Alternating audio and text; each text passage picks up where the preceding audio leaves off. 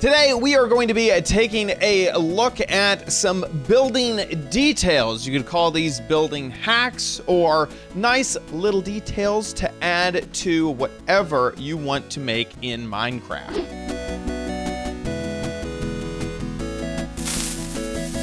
So here we are inside of Minecraft, and the first thing that we are going to do is to make a fancy looking table. And this table is going to use carpet as the sort of topper for our table. Now, what we'll need to do is obviously connect the two sides, but unfortunately carpet cannot be placed onto the side of something. If the block that it is resting on breaks, then the top layer will break as well. So in order to sort of hide a block that needs to support that carpet, we're going to use string. String is very hard to see. In fact, it's so hard to see that I can barely even place it on the ground, but that will take up a full block height. So we can throw this carpet on top of that string and make it look like our fancy table here will completely connect without the use of any block below it. Another way to get away with this effect is just to make sure that your table is small enough that you don't have any empty spaces in between the two sides of the table. And that way this, still has four legs. It looks like a great table. And obviously we're using end rods here for the legs here. But in this configuration, you don't need the string. So that is super helpful. Instead of using end rods, you can use any type of fence. But if you don't want your fence to connect up, you do need to leave an open space, or you need to be able to have a build that can accommodate either an nether brick or wood. It needs to be two different fence materials, not colors, because the two colors will connect, but the two materials will not connect. So you can have this sort of situation where you have a nether brick fence and then a normal wooden fence, and those won't connect up. Possibly you could have it so that one is more towards the wall and you're not going to be able to see that quite as much, and it won't be noticed, but you'll still be able to pull off that really cool look of having a fence instead of the end rods. End rods have a little bit of particles that sort of fall off of them, which is not so great. Also, fun fact is that whenever you place a carpet on top of a fence, you can actually jump onto the carpet and then get onto the fence. So if for some reason you actually just have like a normal fence and you've ever seen someone throw a bit of carpet on top of it, that's because you can walk right up, jump onto the carpet, and move over to the other side of the fence, where a normal fence you can't jump over. So that adds a nice little detail as well to that build. Next, this is a little detail build. First, starting off with a toilet.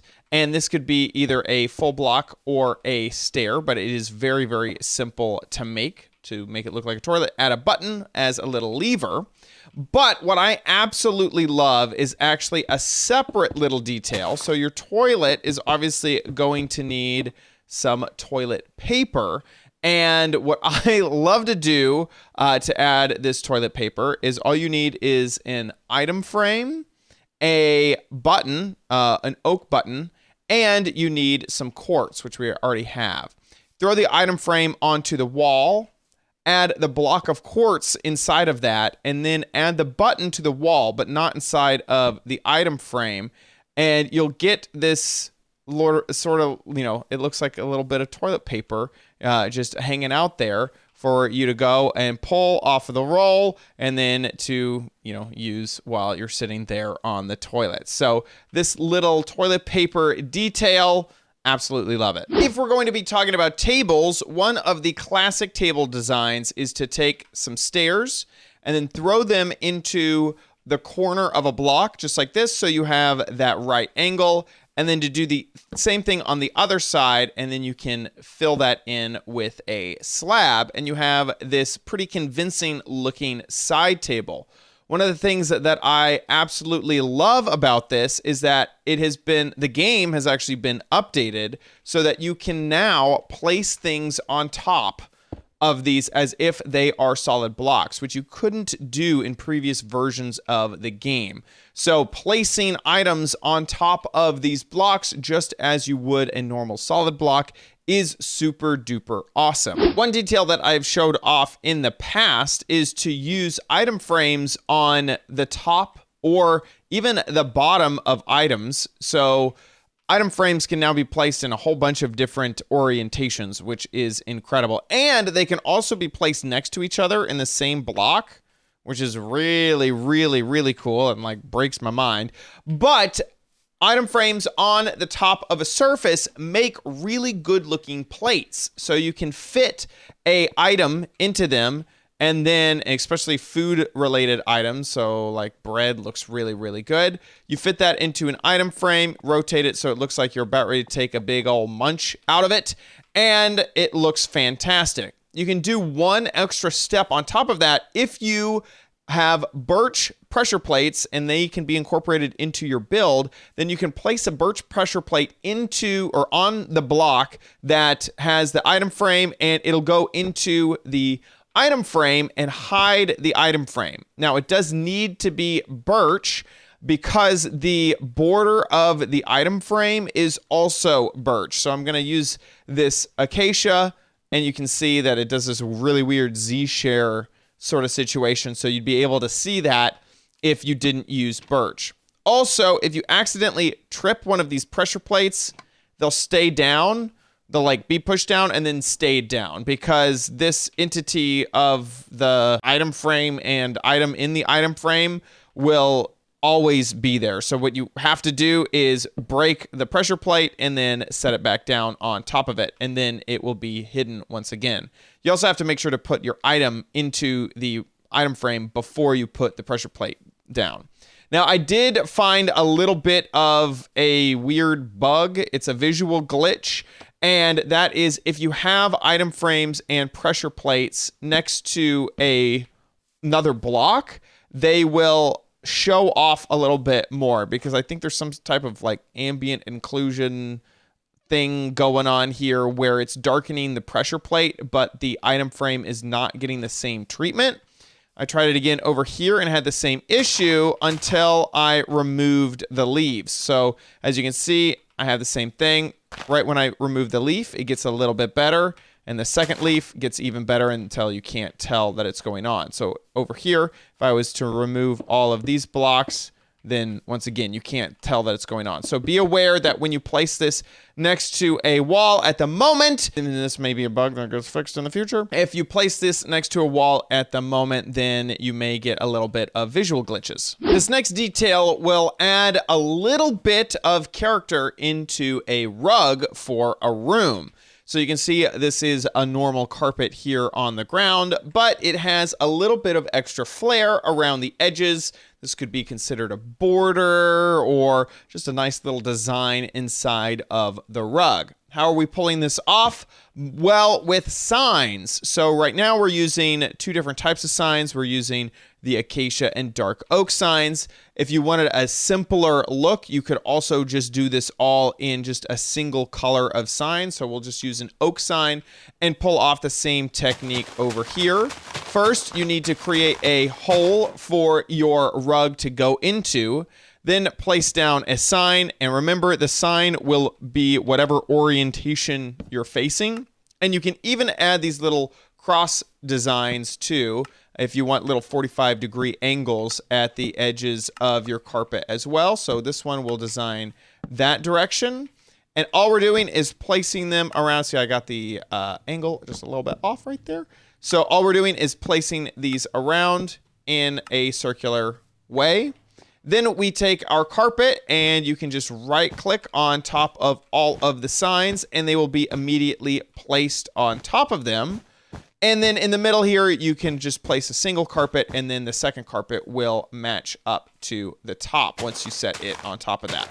And there you go. Now you have a cool little design inside of your rug.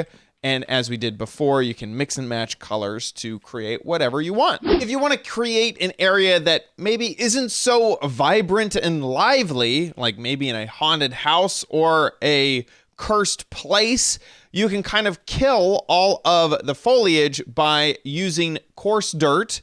Coarse dirt will never turn back into grass because it's coarse dirt. That's kind of its point. And then also Podzol to sort of add some definition to the ground. Then you can use some dead bushes or some wither roses if you are able to get them. Remember, you get a wither rose from a wither killing a mob. So if you have like a whole bunch of baby chickens or some cows, and then you spawn in the wither and they kill that cow or chicken, then it'll drop a wither rose. And so that's how you would harvest them, and they're pretty difficult to get. And then finally, I really like this detail, which is the coral fans. So there's a whole bunch of different types of coral fans. They come in a whole bunch of different colors. So you got the horn, fire, bubble, brain, and tube. And each of them will create a different pattern on the ground once you place them in the air. And they'll be dead once you place them not inside of the water. And it makes it look like this was some type of plant that just really couldn't make it and has completely died. Another interesting thing to do with these fans is to use an item frame and make them more of like a nest. So I'm going to get an egg too, and then I'm also going to try and maybe some type of an iron nugget or something like that. So all you have to do is take the item frame and place it onto the block that the fan is in, and then you can place... Oh my gosh. All right, let's try this again. Place the item frame down first, then the egg, and then whichever type of fan you want onto the block, and it looks like a bird's nest of a flavor. And we'll do that over here with the iron nugget as well. And some of these fans are better than others. Some of them are a lot less see-through. So let's actually do a quick look at each one of these and give you my opinions. It's sort of see-through. Okay, that was that one. That one, there we go. Bubble. Bubble, you can't see through like at all. Okay, so let's destroy all these and get back to bubble. Where's my bubble? Bubble, there we go. Bam! Now you can really barely see the item frame right under there, and it looks like, oh, it's a little cradle inside there. Get out of here. I'm gonna switch you out with bubble. There you go, looking great. This next build is well suited for the beach, and that uses beds as a little umbrella, which I think is super duper adorable. So it starts off with some type of support system, and that can be either fences or iron bars.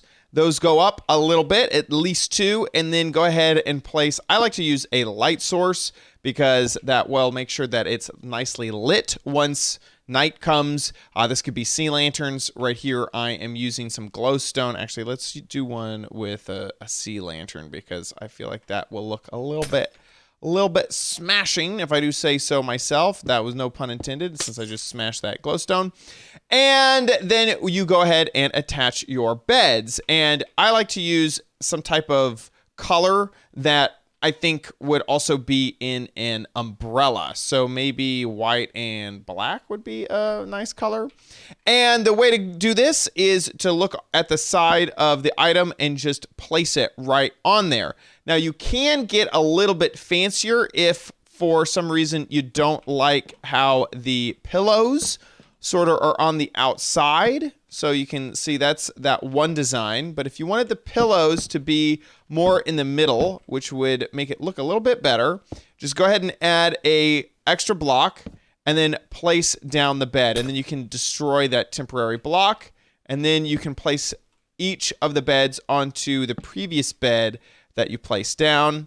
And now the pillows are a little bit more centered, which makes this look just a little bit better. So we're going to do the same thing over here, just with our black and white beds. And there you go. Now we have another of the umbrellas, and these could be used nicely on a beach. This is a cute little detail that uses banners to make little pillows for a couch. So how this works is whenever you place down a banner, it actually ends up being too tall, even if there happens to be something in the way.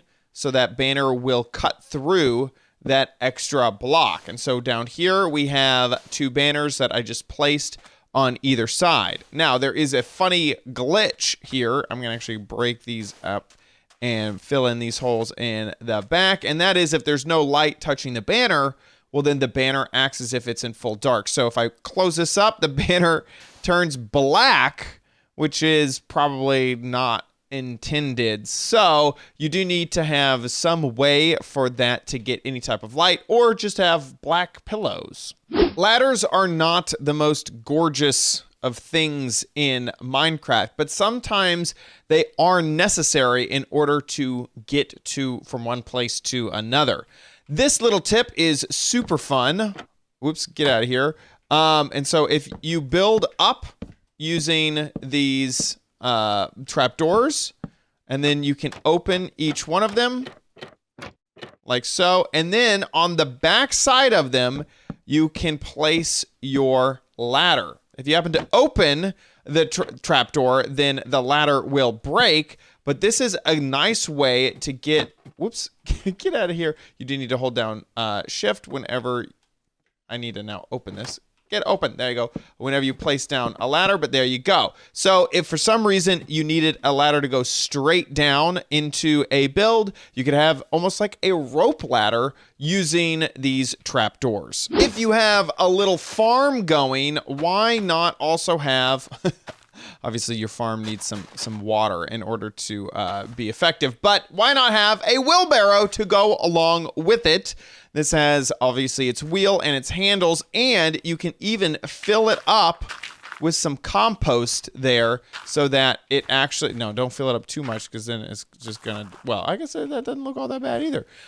So there you go. You can have a full wheelbarrow in your garden. If you've ever wanted a house to have a real chimney, well, adding a campfire makes an awful lot of sense. But what doesn't make an awful lot of sense is trying to surround that campfire in the correct amount of blocks to hide it so that people think that this is an actual chimney and not just a campfire on top of a house. So as you, obviously it's a bad design because I haven't actually built it into the stairs of this house. But as you can see, a 3x3 build for just a simple little chimney. That's not good. That does not look detailed at all. So how do we hide this campfire so we can still get that great looking smoke? Well, use trapdoors instead. And if you use some of the trapdoors that are completely opaque, this will look super duper great. Remember that you can also put hay underneath the campfire, and then its smoke will rise a lot higher. So we're gonna go ahead and throw some hay underneath that, place a trapdoor down, and you'll be able to close that right on up. And then for any time that there is and then I'm just going to temporarily place a few blocks here. Actually, just really one block right there. Anytime that there is a gap, you should just switch out your stairs so that they will be full blocks. So either a full plank. So right here, just make that a full plank. Over here, you can actually have the stair just curve around. Whoops, curve around like that. And then same thing over here to hide the rest of that. If I could just place these down perfectly. There we go. And so now we have a cute little chimney that is nice and thin instead of a massive block build onto your house. And I think that looks adorable. There you go. I hope you enjoyed my extra little building techniques. If you use them in your world, that would be incredible. Thank you so much for watching this episode of OMG Craft. If you enjoyed it, please give this video a big ol' thumbs up. Also, make sure you subscribe for future videos, tips, tricks, tutorials, and spotlights here on OMG Craft. I'll see you next time. Bye!